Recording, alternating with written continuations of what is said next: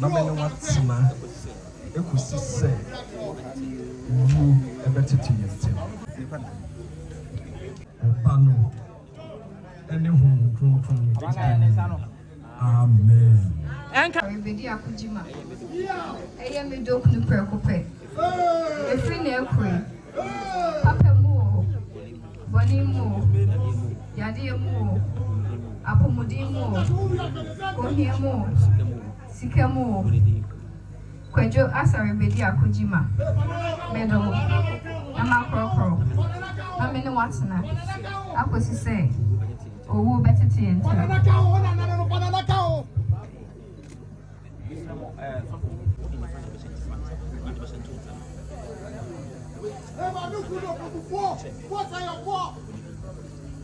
Kwajo Asare Brdiako jima jisa kawai eye odoni ni predio ho sentreni ewo meni wa wari ewo nyakopon jam oba no ene o konko didi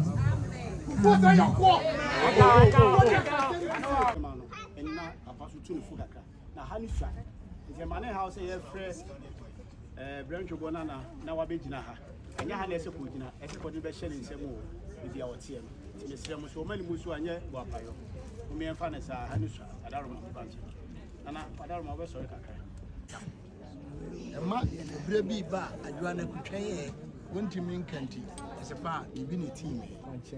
eno de ebro yakobo no opase yemfa na ma kosa twedi ampo enhyira so yemu ye bia enye yi wade ma yi ni adoye eni amen enkunya ma ye yemu ye bia nyanku emma bebre so mra emma no so nya me pa ntafo nkotum da binya